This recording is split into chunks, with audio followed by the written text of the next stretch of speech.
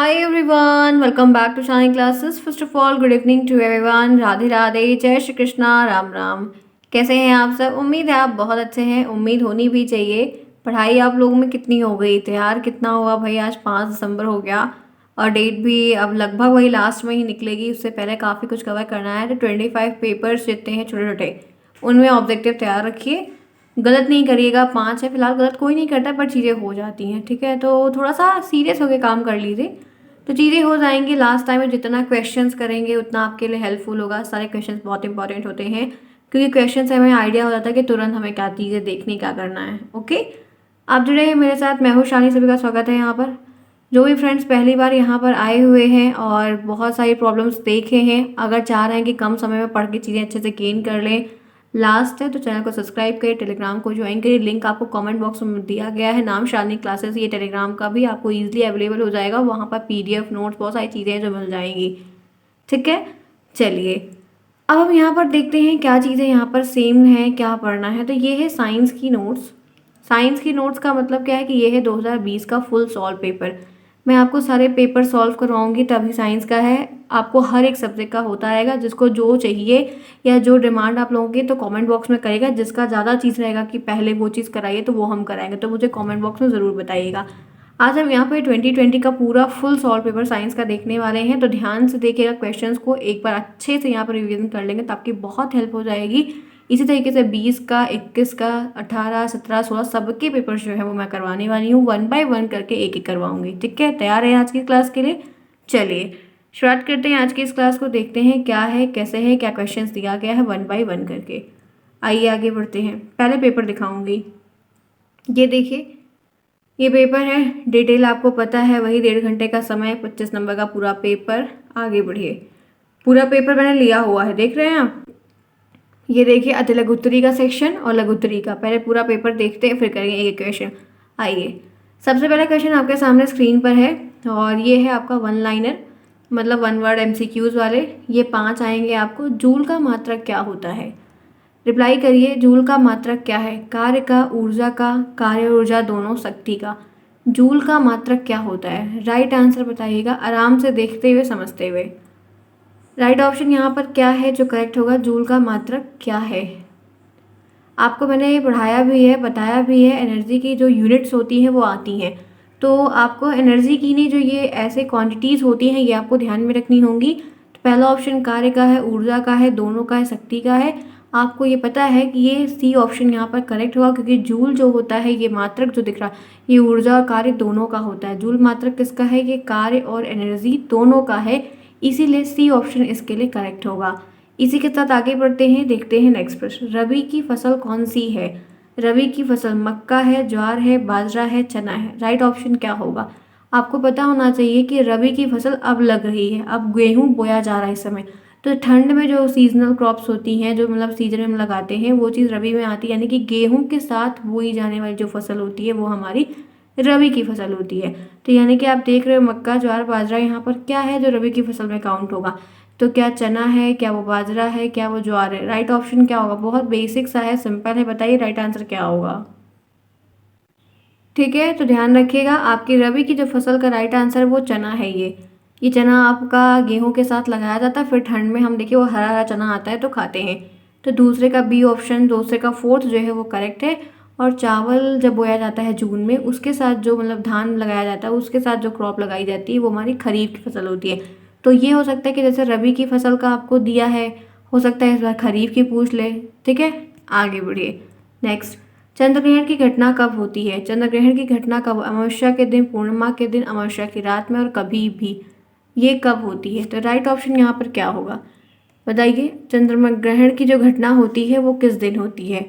बहुत अच्छा प्रश्न है, बहुत बार आया हुआ है। तो यहाँ पर राइट आंसर जो होने वाला है, सिंपल सा बेसिक सा, वो आप सभी को पता होना चाहिए। तो वो आपके पूर्णिमा के दिन होती है। एक चीज़ और कहना चाहूँगी कि चंद्र ग्रहण का जो चित्र होता है, वो आपको चंद्र ग्रहण और सूर्य ग्रहण का जो चित्र होता है वो आपको फिगर साइंस में बनाना आना चाहिए, क्योंकि उनसे प्रश्न आपको बनेगा। क्लियरली ध्यान रख लीजिएगा, आपको साइंस में डायग्राम्स भी आएंगे, तो आप चंद्र ग्रहण सूर्य ग्रहण बनाना देख लीजिएगा। आगे बढ़िए, नेक्स्ट देखिए।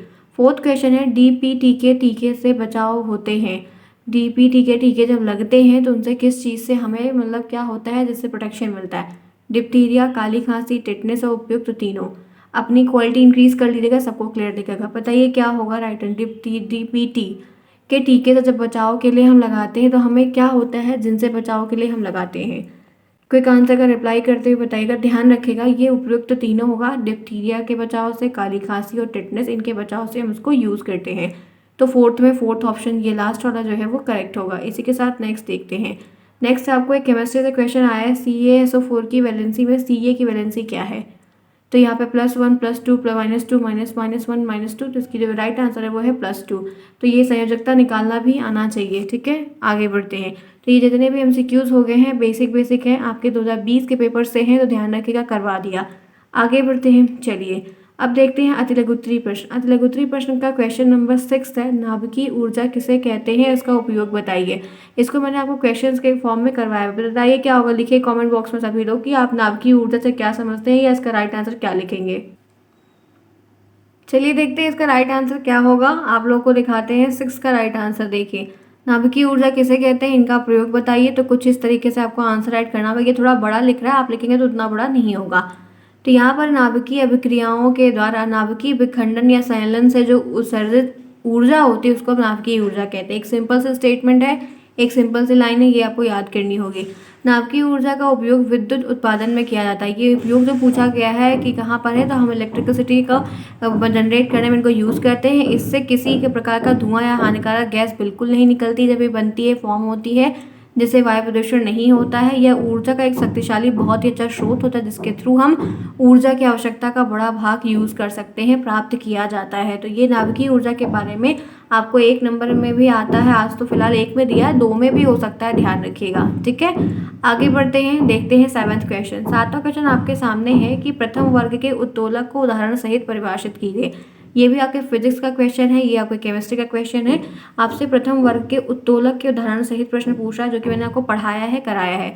चलिए बढ़ते हैं इनके क्वेश्चंस के आंसर्स की तरफ। ये ध्यान रखिएगा, मेरे ये आंसर्स हैं, मतलब आपकी सीरीज से नहीं मैच करेंगे, क्वेश्चन सिर्फ मैच करेगा। तो लिखना चाहे तो लिख सकते हैं, स्क्रीनशॉट ले सकते हैं, ध्यान रखिएगा। प्रथम श्रेणी के उत्तोलक की बात होती है तो प्रथम श्रेणी लीवर के अन्य उदाहरण जैसे सरौता, कैंची, एक बार को जो एक क्रोबैक आता है वो चीज़ है, एक पंच हथौड़ा आता है, एक सीसा और चीज़ें होती हैं, वही जो तराजू होता है, वो सारी चीज़ें आपके सारे फर्स्ट के एग्जाम्पल्स हैं। तो एग्जाम्पल ध्यान रखिएगा, MCQs भी पूछ लिए जाते हैं कि निम्नलिखित 4 में से प्रथम श्रेणी का है, द्वितीय का है, ऐसा आपसे पूछा जाता है, तो प्रिपेयर रहिएगा।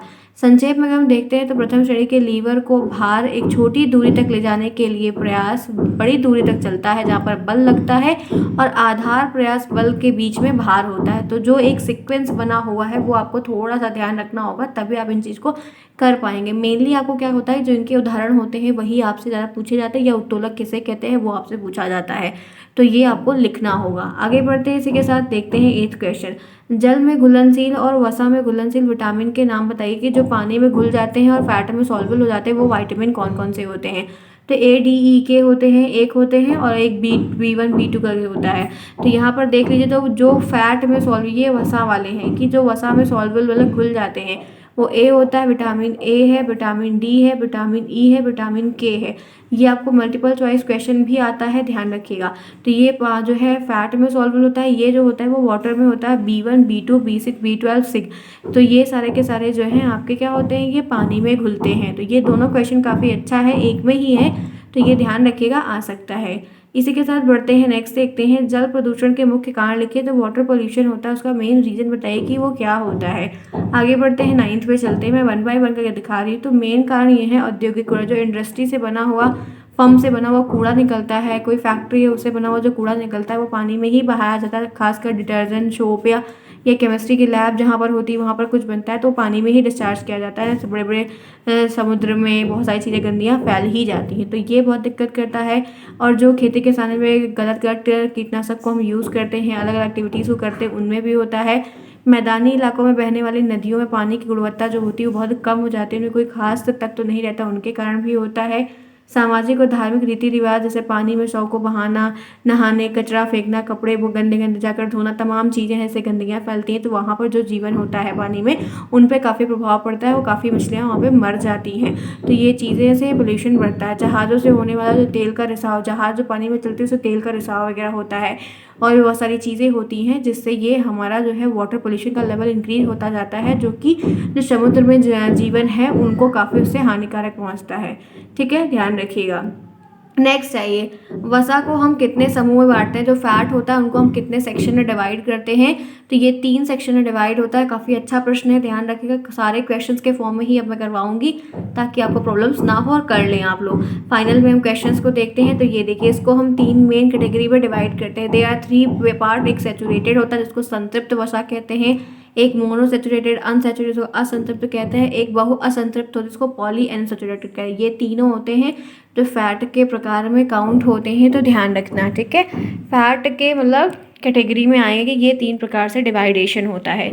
यहाँ तक क्लियर है, समझ में आई? चलिए फटाफट क्लास को लाइक कर, जिन्होंने अभी तक क्लास को नहीं लाइक किया। साइंस का पेपर ही है 2020 का, 22 का कराएंगे आपको, 19-17 का कराएंगे, ऐसे सारा पेपर्स कराएंगे। ठीक है, ध्यान रखिएगा। सीरीज आप लोग पढ़ते रहिए, हम क्वेश्चंस के फॉर्म में यहाँ पे करा रहे हैं, आप अपना सेल्फ स्टडी भी कर रहे हैं, यहाँ से भी क्वेश्चंस पढ़ रहे हैं, आपके लिए काफ़ी हेल्पफुल होगा।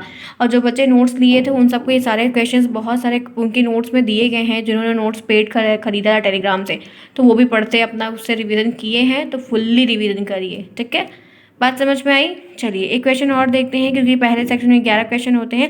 11 क्वेश्चन आपको यहाँ पर दिया गया है। दिए गए समीकरण को पूरा करिए कि यहाँ पे एक क्वेश्चन दिया है, रिएक्शन दिया है, इस रिएक्शन को आपको पूरा करना है। तो आइए, बहुत बेसिक था, यही वाला बार बार रिपीट होता है, जब कभी भी आया है तो यही वाला बार बार रिपीट। अब इस बार कुछ नया आ जाएगा तो अलग बात है। तो यहाँ पर हम देखते हैं CaCO3 + 2HCl यहाँ पर दिया गया है। ठीक है, यहाँ पे HCl कितना है? 2 है। आप उधर ले जाकर बैलेंस करेंगे, यहाँ पर O3 दिया, एक O3 इसके साथ बढ़ जाएगा, तो यहाँ पर ये टूट जाएगा CaCl2। ठीक है, और ये H2O बन जाएगा, इसका 2 H है, एक H मॉलिक्यूल इसके साथ चला जाएगा और इसके ऑक्सीजन के 2 मॉलिक्यूल यहाँ पर बना, तो H2O हो जाएगा और CO2 बचेगा। तो ये इसका पूरा इक्वेशन है जो कि आपको ध्यान रखना। मैंने इसके बारे में थोड़ी सी हिंदी भी लिख दी है कि एक अम्ल क्षार प्रतिक्रिया निष्क्रियण है, जहाँ पर एक क्षार है, एक अम्ल है, एक अम्ल है, यानी कि ये calcium carbonate plus hydrogen chloride आपको दिया गया था। आपने जब इसको बैलेंस किया तो calcium chloride plus water plus carbon dioxide बन के टूटा। तो ये रिएक्शन हर बार मतलब 2 से 3 बार जरूर पूछा गया और यही सेम आया है, तो ध्यान रखिएगा, स्क्रीनशॉट फटाफट ले लीजिए ताकि आपको हेल्प करे। ठीक है, यहाँ तक क्लियर है? ऐसे बेसिक प्रश्न आपको देखने को मिलेंगे। तो आपका जो अति लघुत्तरी का सेक्शन है वो हो गया ओवर। अब आपका बारी है 2 नंबर वाले प्रश्नों की। ये सारे 1 के थे। 2 नंबर के जो प्रश्न है उसका पहला सवाल आपके सामने है कि भौतिक और रासायनिक परिवर्तन में क्या अंतर है। इनका आपको उदाहरण बताना है। ठीक है, चलो देखते हैं दोनों में अंतर क्या है। आप अंतर लिख दो, बहुत सारी चीज़ें आपकी हो जाएंगी। 2 नंबर का बेसिक सा प्रश्न है। चलिए, तो हमने फिजिकल चेंज क्या है, फिजिकल चेंज और केमिकल चेंज क्या होता है। जैसे पानी वगैरह उबलता है, ठीक है, तो फिजिकल चेंज में आएगा। यहाँ तक कुछ बात समझ में आ रही है कि नहीं आ रही है? आगे चलते हैं तो और चीज़ समझ में धीरे धीरे करके आने लगेंगी आपको। देखिए, जब किसी पदार्थ में भौतिक परिवर्तन होता है तो पदार्थ के संगठन में कोई परिवर्तन नहीं होता। ठीक है, ये फिजिकल चेंज की बात हो रही है। जब कभी किसी सब्सटेंस है, कोई मैटर है, कुछ भी है, उसमें कोई आपको जो है फिजिकल चेंज हो रहा है तो उसके संगठन कंपोजिशन में कोई चेंज नहीं होगा। जबकि पदार्थ में अगर रासायनिक परिवर्तन हो रहा है तो उससे पदार्थ के संगठन में चेंज हो जाता है।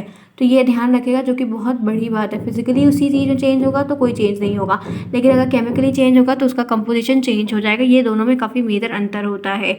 आगे बढ़िए 13 देखिए, मृदा प्रदूषण में मतलब मिट्टी में जो गंदगियाँ बढ़ती हैं उनका स्रोत क्या है, उससे प्रभाव लिखिए। काफ़ी बढ़िया प्रश्न है, आप देख सकते हैं। साइंस का भी इजी पेपर आ जाता है, बस प्रे करिए कि बढ़िया आ जाए जिससे आप अच्छे से आंसर राइट कर पाएँ, और काफ़ी इजी चीज़ें भी हैं। आगे बढ़ते हैं, देखते हैं इनमें क्या चीज़ें हैं और आप इसका राइट आंसर क्या लिखेंगे। यहाँ तक का हो गया 13। देखिए, मृदा प्रदूषण के बारे में पूछ रहा है ना, तो यहाँ पर कहते हैं कि अधिक विषैले औद्योगिक रासायनिक कचरे का अनुचित निपटान के लिए मिट्टी को गंभीर रूप से प्रदूषित करना, क्योंकि हम वहाँ पर कचरा ले जाकर फेंक देते हैं अपनी जगह को साफ करने के लिए। लैंडफिल में जहरीले कचरे का भंडारण होता है, उससे बहुत सारी मिट्टियों का कच्चा मिट्टी का रिसाव होता है, जो कि काफ़ी एकदम दूषित कर देता है उस जगह को। तो मिट्टियों में लोग अक्सर क्या कहते हैं, आप देखो पन्नी जो होती है पॉलिथीन, वो जल्दी ख़राब मतलब डिस्ट्रॉय नहीं होती है, लेकिन कागज़ है तो ये हो जाती है। लेकिन और भी आप बहुत सारी चीज़ें फेंक रहे हैं या कोई केमिकल आप फेंक रहे हैं, कुछ भी आप कर रहे हैं, तो मिट्टी में उससे वह है काफ़ी जो है क्षमता, उपजाऊ जो पन रहता है वो ख़त्म होता जाता है, क्योंकि जो रिएक्शन है कीटनाशक का वो काफ़ी विषैला होता है, तो मिट्टी के जो तत्व होते हैं वो मर जाते हैं। तो इनसे काफ़ी प्रभाव देखने को मिलता है। आगे बढ़िए। मनुष्य के श्वसन तंत्र का चित्र बनाइए। ये जो सांस का तंत्र है, मैं इसका चित्र यहाँ फिलहाल नहीं ली, लेकिन आपको इसका चित्र मैं भेज दूंगी टेलीग्राम पर, ध्यान रखिएगा। तो ये आप लोग को नाम सहित लिखना है। पूरे नाम मान लीजिए नहीं याद होते हैं तो 2 4 5 भी आप थोड़ा लिख करके लिख देंगे, तब भी काम बन जाएगा। देखिए चित्र आता है, 2 नंबर का डायग्राम जरूर आएगा, मैं भी बोल रही हूँ तो ध्यान से देख लिए। नेक्स्ट देखिए, यूकैरियोटिक और प्रोकैरियोटिक सेल्स में अंतर बताइए। दोनों सेल में अंतर क्या होता है? बहुत अच्छी बात है, बहुत छोटा सा है। देखिए मैंने तो पूरी एक टेबल आपके लिए ली हुई ताकि आपको समझ में आए दोनों के सेल में। तो सेल का प्रकार का अगर हम बात करते हैं तो यूकैरियोटिक सेल जो होती है वो एक कोशिकीय और बहुकोशिकीय दोनों होती है, यानी कि यूनिसेलुलर और मल्टीसेलुलर यूकैरियोटिक सेल्स में आते हैं। लेकिन प्रोकैरियोटिक जो होते हैं वो सभी हमेशा सिंगुलर होते हैं, यूनिसेलुलर होते हैं। जो यूकैरियोटिक सेल होती है उसका जो आकार होता है वो 0.2 यूएम से लेकर 0.2 यूएम व्यास तक होता है, ध्यान रखिएगा, ठीक है। 0.2 से लेकर 2.0 तक होता है, और इनका जो होता है वो 10 यूएम से लेकर 100 तक होता है। तो इनका जो व्यास का आकार है वो बड़ा होता है। कोशिका भित्ति की बात कर लेते हैं तो प्रोकैरियोटिक सेल आमतौर पर ये प्रकृति में रासायनिक रूप से जटिल होते हैं, इन्हें काफ़ी दिक्कत होती है, काफ़ी हार्ड पड़ता है, लेकिन ये कहते हैं मौजूद होते हैं, ठीक है। मौजूद है लेकिन थोड़ा सा टफ रहता है, लेकिन इनका जो कंपोजिशन होता है वो काफ़ी इजी होता है, ये बनते रहते हैं, इनमें से इम्प्रूव होते रहते हैं कुछ उस तरीके से, ठीक है। आगे देखते हैं तो नाभिक से पूछा जाता है, तो जो प्रोकैरियोटिक सेल्स होती है उसमें नाभिक जो होता है वो एब्सेंट होता है, लेकिन जो यूकैरियोटिक सेल्स होती है उसमें वो प्रेजेंट होता है। तो ये आपको पता होना चाहिए। आगे बढ़िए, राइबोसोम की बात कर लेते हैं जो प्रोटीन सिंथेसिस का काम करते हैं। तो राइबोसोम जो होते हैं प्रोकैरियोटिक में प्रेजेंट होते हैं, इनका आकार गोलाकार और छोटा होता है, इसमें भी होते हैं, लेकिन इनकी तुलना में इनका जो है थोड़ा छोटा और लीनियर होता है। तो ये दोनों में एक बहुत ही अच्छा सा डिफरेंस है जो मैंने आपको यहाँ पर बता दिया। आगे बढ़ते हैं, देखते हैं नेक्स्ट प्रश्न। नेक्स्ट क्वेश्चन आपके सामने है, उत्तोलक क्या है और उसके उदाहरण दीजिए। उत्तोलक क्या होता है? 2 नंबर का बहुत ही अच्छा प्रश्न है। हम 16वें प्रश्न पर पहुंचे हुए, मुझे उम्मीद है कि जितनी भी चीज़ें हैं हमने काफ़ी कुछ इसमें से देखा है। थोड़ा सा केमिस्ट्री का सेक्शन नहीं डिस्कस किया था, इसीलिए उसको हम क्वेश्चंस के फॉर्म में यहाँ पर करा दे रहे हैं और पहले ही करा रहे हैं, ठीक है। अब उत्तोलक क्या है उसके बारे में देख लेते हैं। आइए फटाफट इसको भी दिखा देते हैं आपको। तो ये हो गया प्रोकैरियोटिक। ये देखिए मैंने इसका चित्र भी ले लिया है, हो सकता है कि इसके भी फिगर्स आपको डायग्राम बनाने को दोनों सेल्स के भी आ सकते हैं, तो ये थोड़ा सा प्रिपेयर रखिएगा। आपको नाम हिंदी में लिखना है, थोड़ा बहुत इंग्लिश में भी लिख देना तो इतनी दिक्कत नहीं होगी, बट हिंदी में लिखिएगा। ये देखिए ये यूकैरियोटिक सेल, मैं इसको थोड़ा जूम आउट कर रही हूँ तो मुझे हिंदी में नहीं मिल रहा था, इसलिए मैंने इंग्लिश में ही ले लिया। तो आप लोग इनको थोड़ा सा बनाना सीख ले, थोड़ा बहुत बना लीजिएगा वहाँ पर। और ये cell membrane, DNA, ribosome, lysosome, mitochondria, Golgi apparatus, Golgi, cytoplasm, reticulum, nucleus, तो ये यूकैरियोटिक सेल्स है। काफ़ी बढ़िया है, अगर आता है तो आप लोग बना दीजिएगा, कोई दिक्कत नहीं है। ये प्रोकैरियोटिक सेल्स होती है कुछ इस तरीके से, देख सकते हैं, इसीलिए यूकैरियोटिक का जो आकार था वो बड़ा था। चलिए अब बात करते हैं उत्तोलक की। तो उत्तोलक को इंग्लिश में हम लीवर कहते हैं, जो कि एक सिंपल सी साधारण सी मशीन होती है जिसमें एक बीम की कठोर रॉड होती है जिसका उपयोग भार पर बल ट्रांसफर करने के लिए हम करते हैं। इससे मैकेनिकल हेल्प हमें मिलती है। एक कठोर पिंड जो अपने बिंदु के चारों ओर घूमने में सक्षम होता है वो वहाँ पर रोटेट भी काफ़ी प्रॉपर तरीके से इसी एक पॉइंट पर रहकर घूम लेता है। इसको हम 3 कैटेगरी में डिवाइड करते हैं, प्रथम होता है, द्वितीय होता है, तृतीय होता है। प्रथम श्रेणी के उत्तोलक के अगर उदाहरण की बात करते हैं तो कैंची जो होती है, कटर होती है वो, पिलास जो होती है वो, कील ठोकने की जो मशीन, उखाड़ने की मशीन होती है वो, साइकिल का ब्रेक जो होता है, ये सारे के सारे आपके जो होते हैं फर्स्ट में आते हैं। सेकंड की बात करते हैं तो सरौता, जिससे हम नट्स काटते हैं, नींबू निचोड़ने की जो मशीन होती है वो हमारी सेकंड में आती है। थर्ड की अगर हम बात करते हैं तो चिमटा, जो रोटी हम अल्टे पलटे हैं वो फ्लिप करते हैं। किसान का जो हल है, मनुष्य का जो हाथ है, मुंह का जो जबड़ा है, ये सारा तीसरे में आता है। तो इन श्रेणियों से आपको प्रश्न पूछा जाएगा जिसके लिए आपको तैयार रहना बहुत ज़रूरी है। चलिए ये हो गया, आगे बढ़ते हैं, नेक्स्ट देखते हैं। तो यहाँ पर आपको 3 सूत्र दिया गया है, एक विरंजक चूर्ण दिया है, एक बेकिंग सोडा दिया है, एक धावन सोडा दिया है। इन तीनों के हमको जो है सूत्र बताने हैं। तो इस तरीके से अब की बार भी आपको फॉर्मूला आ सकता है, तो थोड़ा सा ध्यान रखिएगा।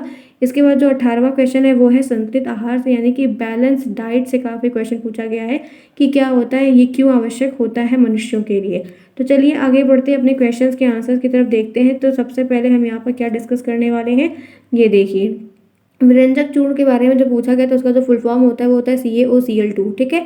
विरंजक चूर्ण को हम कैल्शियम ऑक्सीक्लोराइड कहते हैं। इनका आप ऐसे नाम लिखिएगा, साथ ही साथ आप ये भी नाम पूरा लिखिएगा, इसीलिए मैंने पूरा आंसर लिया है कि आप भी सेम तरीके से करें, ठीक है। आगे बढ़ते हैं, बेकिंग पाउडर के सूत्र की बात करते हैं तो NaSCO3 सोडियम हाइड्रोक्साइड हाइड्रोकार्बोनेट है, इनको हम सोडियम बाइकार्बोनेट भी कहते हैं, 2 नाम इनके हैं, तो ये ध्यान रखिएगा। धावन सोडा का भी पूछा गया है तो हम सोडियम कार्बोनेट एक अकार्बनिक यौगिक होता है जिसका रासायनिक सूत्र जो होता है Na2CO3 होता है, इसको हम धावन सोडा या धोवन सोडा या धोने का सोडा भी कहते हैं, वॉशिंग पाउडर या सोडा ऐश भी कहा जाता है, सोडा क्रिस्टल्स भी कहा जाता है। जैसे एक के 3 4 5 नाम होते हैं, वैसे इनके भी हैं। तो आपको ये तीनों पूछा था, तीनों मैंने बताया।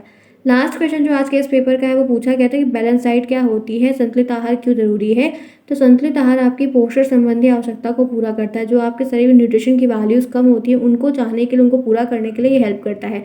ये एक प्रकार का प्रोसेस है जहाँ पर हम जो है तत्वों की कमी से बचने के लिए इसको अपने भोजन में लेते हैं, जिससे हमें बीमारियों से रोकता है, उपचार में हेल्प करता है और भोजन से मधु स्वस्थ भोजन से जो आप खा रहे हो तो आपको बीमारियों से दूर रखता है, बीमारियाँ आपसे दूर रहती हैं। क्योंकि हेल्दी डाइट जो होती है वो काफ़ी इंपॉर्टेंट होती है। तो ये रहा पूरा का पूरा पेपर जो कि मैंने 20 मिनट में करवाया। आपको 1.5 घंटे मिलेंगे करने के लिए। मुझे लिखना नहीं बोलना था इसलिए थोड़ा कम समय लगा, लेकिन आपको 1.5 घंटे मिलेंगे, बहुत इनफ है, आप अच्छे से कर सकते हैं। ध्यान रखिएगा, गलतियाँ थोड़ी कम करिएगा, राइटिंग अच्छे से लिखिएगा, काट पीट थोड़ी कम करिएगा, तो आपके लिए चीज़ें अच्छी होंगी। ठीक है, तो ये क्लास करना चाहेंगे अब ओवर। आप लोग के और भी जो क्लासेस समय पर सेम टाइम पर होंगी, आप 10 से 15 दिन के जो भी बच्चे हैं ध्यान से रोज सुन लीजिए। जिन बच्चों ने नोट्स परचेज की है जाकर, तो वो उसी नोट से तैयारी करेंगे और सिर्फ ये क्लासेस को देख लेंगे। सभी बच्चों को क्लास जरूर देखना है, टेलीग्राम को ज्वाइन करें, ताकि कभी भी कोई भी क्लास हो रही है, जब मुझे मौका मिले मैं क्लास शेड्यूल करूँगी। मुझे करवाना है तो मैं करवाऊंगी, लेकिन टेलीग्राम से कनेक्टेड रहिए। सिर्फ एग्जाम तक ही कर लेंगे, तब भी आपके लिए बहुत हेल्प। लिंक आपको कमेंट बॉक्स में दिया गया है। कोई प्रॉब्लम है तो कमेंट बॉक्स में पूछिए, कमेंट्स आपके रहेंगे। जो चीज़ की प्रायोरिटी ज़्यादा रहेगी, बच्चे वो डिमांड ज़्यादा कर रहे हैं, वो चीज़ें यहाँ पर जल्दी पहले करवाई जाएगी। ठीक है, सेल्फ स्टडी करते रहिए, बढ़ते रहिए। Bye bye, take care.